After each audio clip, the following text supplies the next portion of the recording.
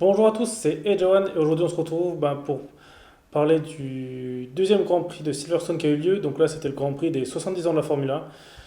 Donc ça a été un Grand Prix qui a eu quand même pas mal de surprises parce que le gagnant honnêtement personne ne s'attendait à lui car les Mercedes ont dominé tout le week-end et finalement au bout d'un week-end dominé par les Mercedes, c'est Max Verstappen qui s'impose. Et en plus il s'impose assez facilement parce que il a terminé avec plus de 10 secondes d'avance sur Hamilton. Il a, je crois, ça va être 12 ou 13 sur Bottas. Voilà, il a complètement dominé la course. Donc, en fait, comment on explique ça? En fait, c'est très simple, c'est les Mercedes, leurs pneus n'ont pas tenu le coup. En fait, Verstappen a très bien géré le... En fait, il n'a pas eu de dégradation des pneus comme les Mercedes ont eu. Et c'est grâce à ça qu'il a gagné. Alors, ça, en fait, ça s'explique comment? Ça s'explique parce que la Mercedes a des réglages qui fait qu'elle use un peu plus les pneus arrière. Et d'après certains journalistes, la Mercedes n'était pas au top quand il faisait super chaud. Il a vu que c'était vraiment un gros week-end de chaleur, ça peut expliquer ça. En gros, c'est juste qu'ils n'ont pas tenu leurs pneus. Pour moi, en fait, c'est pas vraiment Red Bull qui était plus rapide, c'est Mercedes plutôt qui sont battus même avec des mauvais réglages. Parce que c'était les cas des deux Mercedes, c'était à la ramasse. Bah, à la ramasse façon de parler, parce ils étaient quand même au-dessus des autres. Mais ils étaient pas au top. Ils étaient pas au top. Ils auraient presque dû faire plus d'arrêts. Bon, après, quand on regarde la course, honnêtement, Hamilton, moi je me suis demandé pourquoi il a pas tenté de pas s'arrêter une deuxième fois. Parce parce qu'au final, Verstappen revenait sur lui, mais pas de beaucoup. Et il aurait peut-être pu réussir à garder la première place. Parce qu'il revenait, bon après, il voulait peut-être pas prendre de risques et jouer le championnat, parce que à cause de ce qu'il y a eu la semaine dernière. C'est peut-être à cause de ça qu'ils ont fait ça. Mais sinon, je pense qu'il aurait peut-être pu tenter de ne pas s'arrêter. En tout cas, j'aurais peut-être fait ça, mais bon, après, il y a le risque. Au moins, au championnat, là, il est largement en avance. Il a plus de 30 points d'avance sur Bottas. Il est quasi presque sûr de gagner. Déjà, il a déjà une course d'avance. En plus, il prend le meilleur tour en course. Donc voilà, niveau points, c'est tout bénef parce qu'on sait très bien que les Red Bull vont pas tenir sur la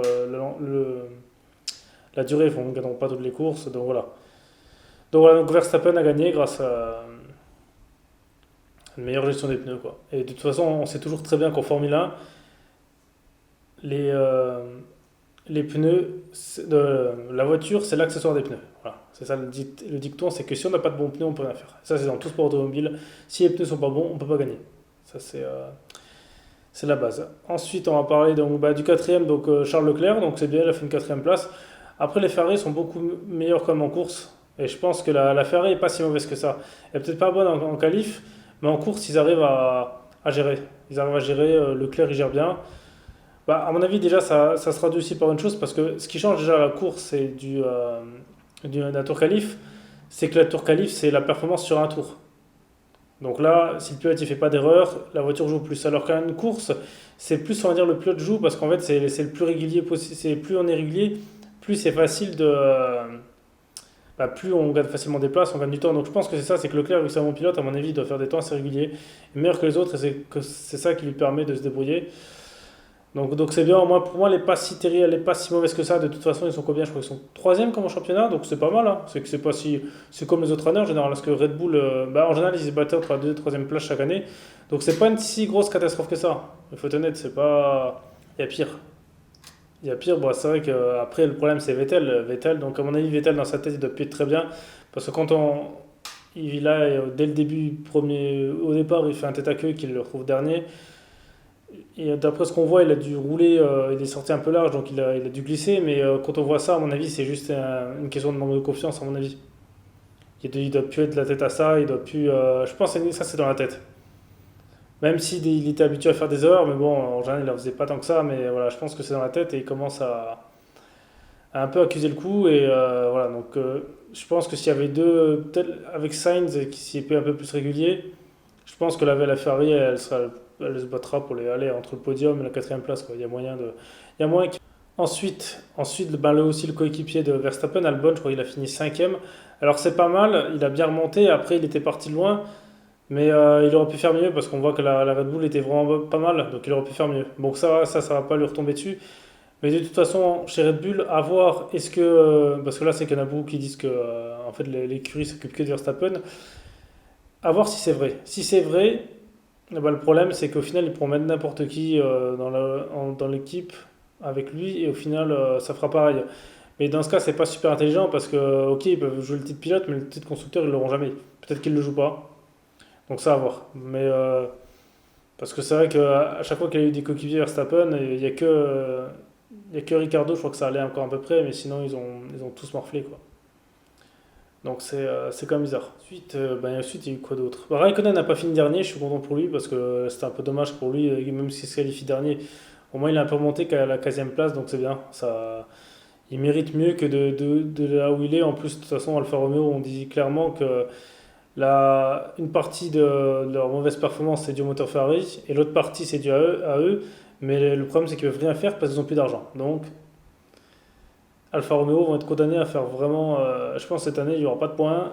Et à voir est-ce que ça va toujours motiver Raikkonen de rester. Parce que dans une voiture comme ça, je suis pas sûr que ça commence en plus à l'agacer. Il a raison, hein. Donc, à voir. Même ça flingue aussi Giovinazzi, qui était un pilote de la Ferrari Academy, qui justement il était là en attendant de voir ce qu'il vaut, et bah, à cause de ça, il ne peut même pas montrer ce qu'il vaut, quoi. Donc c'est un peu compliqué. Ensuite, bah, les autres, les McLaren n'étaient pas trop au top. Voilà, c'était pas énorme ce qu'ils ont fait. En fait, c'est ça, c'est un peu ce qui est leur problème, c'est qu'ils sont pas assez réguliers. Par exemple, Norris il était assez loin. Et autant il peut faire des bonnes choses, autant il peut être loin. Donc voilà, bon, pour l'instant, il n'est pas encore assez régulier. Mais bon, s'il arrive à faire des belles performances, c'est qu'il en est capable. Donc, à voir. Et ensuite, le Renault, voilà, c'était aussi. Ricardo aurait pu faire quelque chose de bien, mais il a fait un tête à queue. Je suis pas sûr qu'il n'a pas été touché parce qu'on l'a pas vu. Au moment, quand il a fait son tête à queue, il y a une McLaren qui l'a dépassé. Je sais pas s'il a pas été touché. Mais c'est dommage.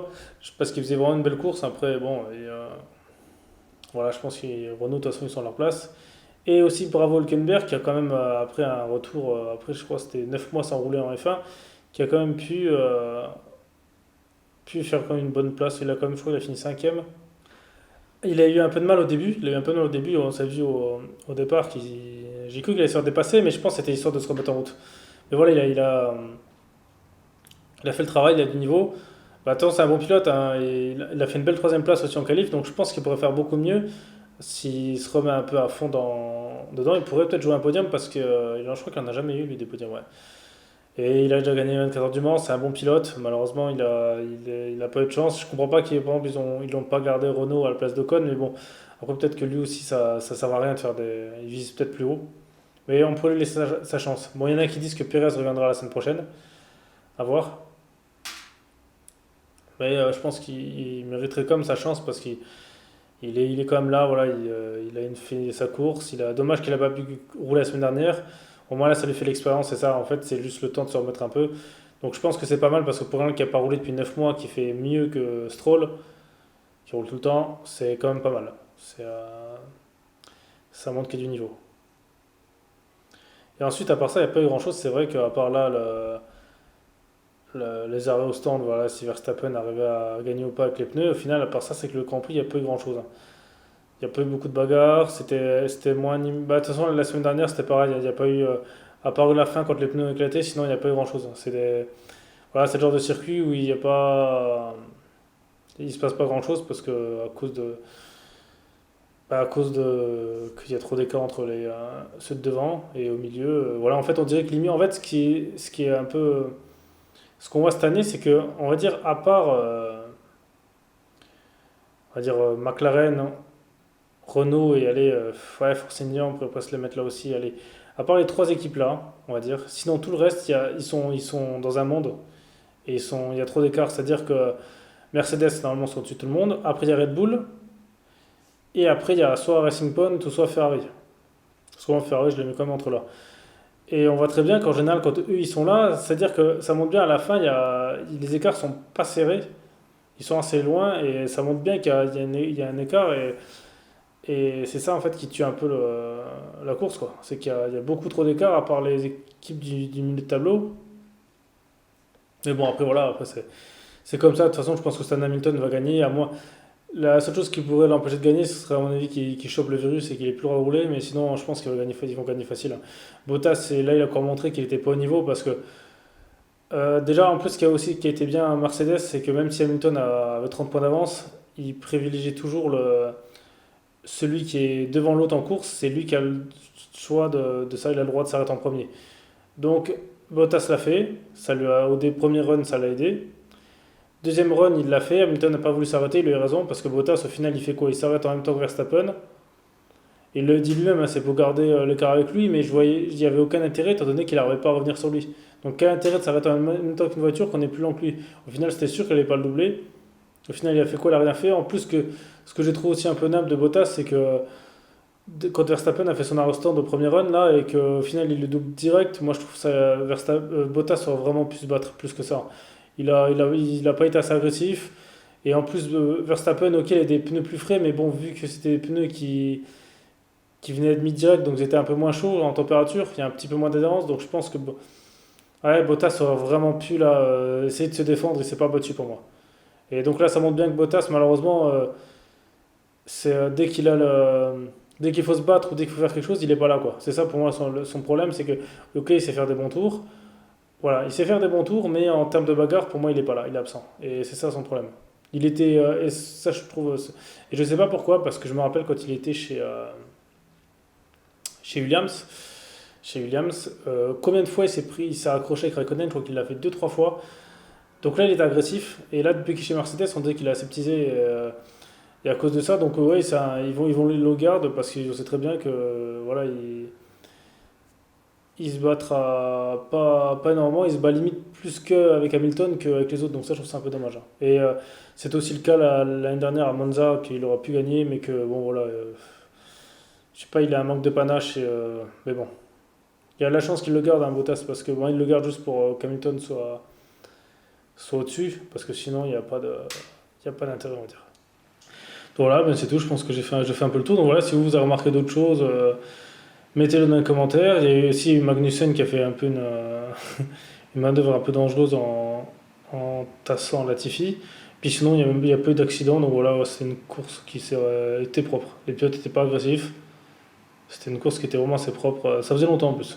Parce que vu que là, on enchaînait justement avec beaucoup de voitures de sécurité, beaucoup ouais, de crash ou de tension, et là c'était assez calme. Donc voilà, je pense que j'ai fait le tour, hein. Je pense qu'il y a moins que vous essayez, comme j'ai dit, si vous avez remarqué des choses que j'ai pas dites, eh ben, dites-le moi en commentaire. Et puis sinon, sur ce, voilà, on se retrouve la semaine prochaine à Barcelone. Donc là, ce sera différent.